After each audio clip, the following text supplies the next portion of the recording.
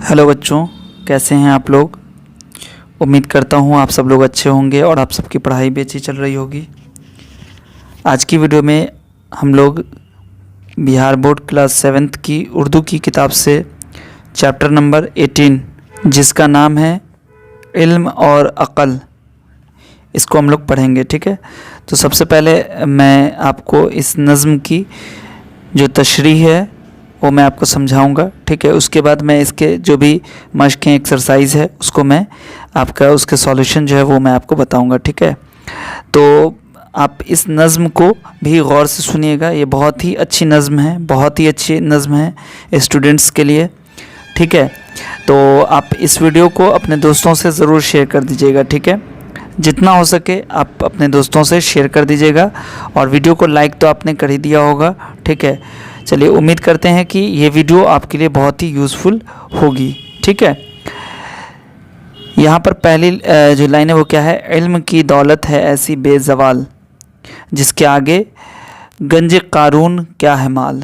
यानी कि इल्म की दौलत क्या है, ऐसी बेज़वाल है। बेज़वाल का मतलब क्या होता है, ज़वाल का मतलब होता है जिसमें कमी आ जाए, जो ख़त्म हो जाए। ठीक है, तो इल्म की दौलत एक ऐसी दौलत है जो बेज़वाल है, यानी कि इसमें कोई कमी नहीं आ सकती है, ये कभी ख़त्म नहीं होगी। ये एक ऐसी दौलत है जिसके आगे गंज क़ारून क्या है माल। यानी कि गंज क़ारून का मतलब हो गया क़ारून का जो ख़जाना है उसकी दौलत क्या है इसके आगे। ठीक है, उम्र भर पढ़ते पढ़ाते जाइए, यानी कि ज़िंदगी भर इंसान को क्या करना चाहिए, पढ़ने और पढ़ाने का काम करना चाहिए। लोगों में इल्म बांटना चाहिए, इल्म हासिल करते रहना चाहिए। चाहिए जितना लुटाते जाइए, यानी कि जितना आप चाहते हैं उतना आप लुटा दीजिए, इसमें कोई कमी नहीं आएगी। ऐसी दौलत की सिफत क्या कीजिए। सिफत का मतलब हो गया तारीफ़, कि ऐसी दौलत कि इसकी तारीफ़ क्या किया जाए। बढ़ती जाए खर्च जितना कीजिए, यानी कि दौलत ऐसी है जितना खर्च कीजिएगा उतनी ही बढ़ती जाएगी। अगर आपके पास इल्म है और आपने उसे बांट दिया तो इसका मतलब ये नहीं है कि आपके पास खर्च हो जाएगी या वो ख़त्म हो जाएगी, वो और ज़्यादा आपके पास बढ़ जाएगी। ये वो दौलत है कहीं ले जाओ साथ, आ नहीं सकती किसी रहज़न के हाथ। यानी कि ये एक ऐसी दौलत है, इल्म की दौलत एक ऐसी दौलत है जो कहीं भी आप ले जा सकते हैं। ठीक है, और ये कोई डाकू कोई लुटेरा इसको छीन भी नहीं सकता है आपसे। ठीक है, अगली सेंटेंस क्या है, जान लोगे पढ़ के तुम पाँव की नकल, जानवर भी कुछ ना कुछ रखते हैं अकल। यानी कि तुम पाँव की नकल को पढ़ के तुम जान लोगे, समझ लोगे। पाँव की नकल यानी कि किसी के नक्श कदम पे चल के तुम कोई चीज़ सीख जाओगे। ठीक है, जानवर भी कुछ न कुछ रखते हैं अकल, यानी कि जानवर भी अकल रखते हैं, कुछ ना कुछ तो उनके पास भी अकल होती है, आपने देखा होगा। एक ज़रा सी चीज़ है चूटी गरीब, एक ज़रा सी चीज़ है मतलब बहुत छोटी सी होती है ना चूटी, और वो गरीब का मतलब यहाँ पे हो गया कमज़ोर। इतनी कमज़ोर सी चींटी होती है जिसको मुश्किल से हुआ एक दाना नसीब, बहुत मुशक्क़त से बहुत मुश्किल से उसको एक दाना नसीब होता है। वो भी कर लेती है रोज़ी की तलाश। देखिए बहुत इंपॉर्टेंट लाइन है, वो भी कर लेती है रोज़ी की तलाश। एक छोटी सी चींटी है वो भी रोज़ी की तलाश कर लेती है। ये बेसात और उस पर ये अक्ल माश, ये इतनी सी नहीं, उसकी जो औकात है उतनी जो इसकी हैसियत है चींटी की, और उस पर ये देखिए कि उसके पास कितनी अक्ल है कि अपनी रोज़ी भी तलाश कर लेती है। अक्ल ही पर नाज अगर तुझको है बस, देख तुझसे कम नहीं मोरो मगस।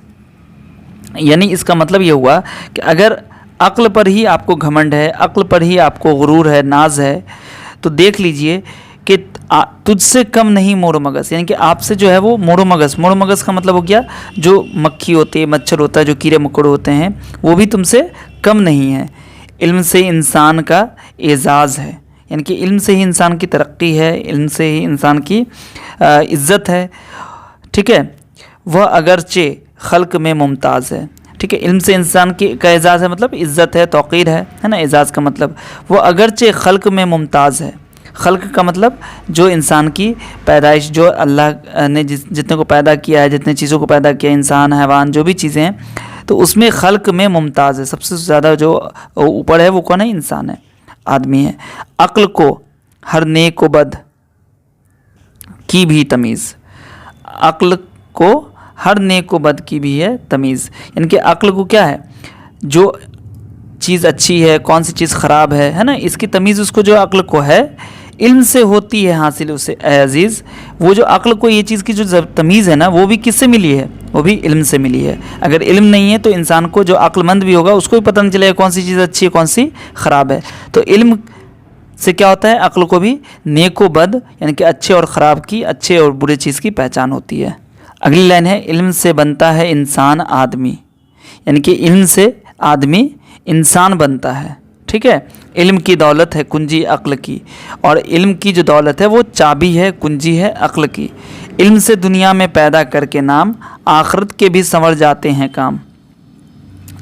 इल्म हासिल कीजिएगा तो दुनिया में भी नाम आपका होगा, है ना, इज़्ज़त मिलेगी, और आखिरत भी आपकी संवर जाएगी, है ना। यानी कि आखिरत के भी जो भी काम होते हैं, जो भी आप, इसका मतलब इल्म हासिल कीजिएगा तो आप दिन पे चलिएगा, तो इससे क्या होगी, आखिरत भी संवर जाएगी। अक्ल तारीकी में पड़ जाए, अगर अक्ल तारीकी में पड़ जाए, अगर कोई काम ऐसा है जो अक्ल को नहीं समझ में आ रहा है, अक्ल से आपके नहीं हो पा रहा है, इल्म ही की रोशनी हो राहबर, तो यहाँ पर इल्म की जो रोशनी है वो आपको रास्ता दिखाती है। वही आपका जो है क्या करता है कि कोई भी बड़े से बड़ा काम जो अक्ल नहीं कर पाता है वो इल्म कर देता है, इल्म की रोशनी में इंसान कर लेता है। अक्ल कर लेता नहीं जिसका सुराग, अक्ल कर सकता नहीं जिसका सुराग, ढूंढता है इल्म से लेकर चिराग। यानी कि जिस चीज़ को अक्ल नहीं ढूंढ पाती उसको इल्म की रोशनी में ढूंढा जा सकता है, इल्म की रोशनी उसे ढूंढ लेती है। इल्म से जो चाहो सब कुछ जान लो, हद ये है कि अल्लाह को पहचान लो। यानी कि इल्म अगर आपके पास है तो आप जो चाहिए सब कुछ जान सकते हैं। ठीक है, यानी कि हद तो ये हो गई कि अगर इंसान इल्म हासिल करता है, तालीम याफ्ता है, तो वो अल्लाह को भी पहचान सकता है और पहचान लेते हैं। ठीक है, चलिए अब यहाँ पर कुछ लफ्ज़ मानी है उसको देख लीजिए। पहला है बेज़वाल, जिसको ज़वाल नहीं, हमेशा रहने वाली चीज़। गंज कारून, कारून का ख़जाना। सिफत का मतलब खूबी। रहज़न का मतलब डाकू, रास्ता में लूटने वाले, रास्ते में लूटने वाला। उसके बाद है माश का मतलब रोज़ी, है ना। मोड़ मगज़ का मतलब चींटी मक्खी कीड़े मकोड़े। बिसात का मतलब हैसियत। एजाज़ का मतलब इज़्ज़त तौक़ीर। सुराग का मतलब तलाश। राहबर का मतलब रास्ता दिखाने वाला।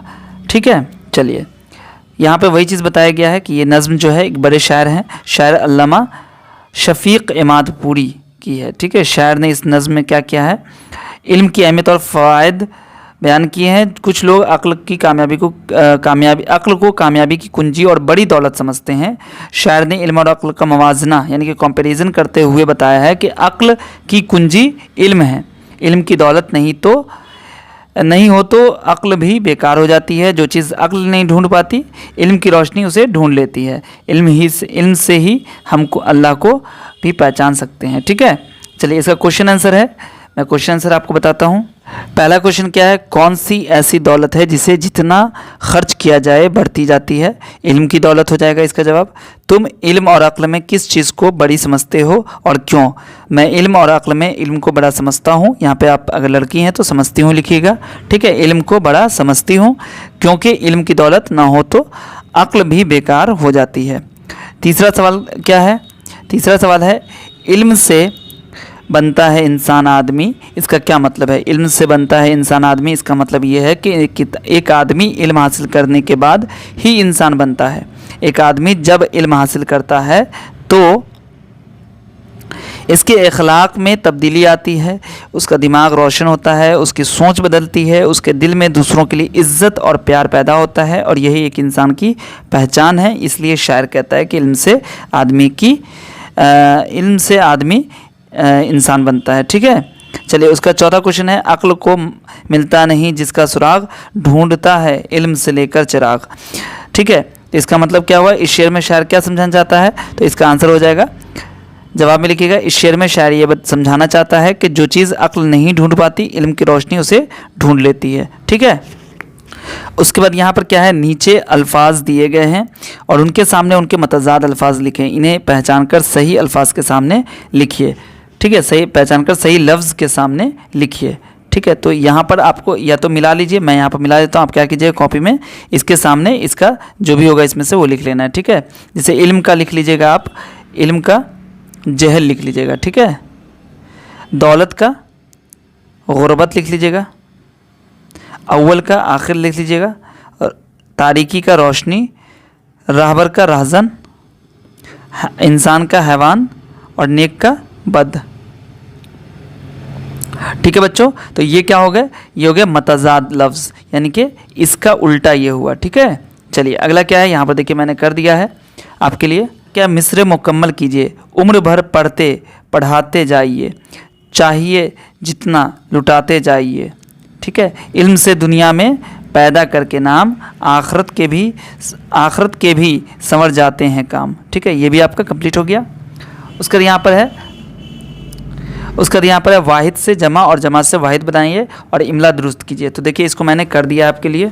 तो बच्चों यहाँ पर सारे का सारा वाहिद नहीं है, सारा का सारा जमा है, कुछ वाहिद है और कुछ जमा है। अगर वाहिद है तो उसकी ये जमा हो गई, और अगर ये जमा है तो इसका ये वाहिद हो जाएगा। ठीक है, इस तरफ आप देख लीजिएगा, खल्क ये वाहिद है और इसकी जमा हो जाएगी मखलूक या फिर अखलाक। इल्म वाहिद है, इसकी जमा उलूम हो गई। मुश्किलात ये जमा है, इसकी वाहिद मुश्किल हो गया। कुंजियाँ ये जमा है, इसकी वाहिद कुंजी हो गई। अवाखिर ये जमा है, इसकी जो वाहिद होगी वो क्या होगी, आखिर होगा। शायर ये क्या है, वाहिद है और इसकी जमा क्या हो जाएगी, शोरा।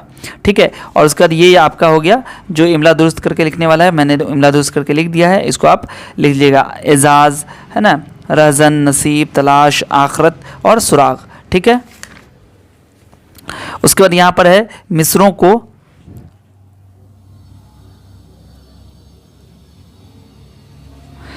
मिसरों को सही तरतीब से लिखिए।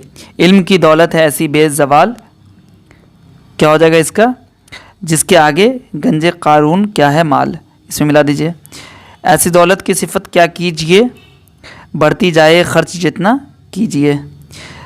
अक्ल तारीकी में पड़ जाए अगर, ढूंढता है इल्म से लेकर चिराग नहीं, इल्म ही की रोशनी हो राहबर। ये लिख लीजिए, अक्ल तारीकी में पड़ जाए अगर, इल्म ही की रोशनी हो राहबर।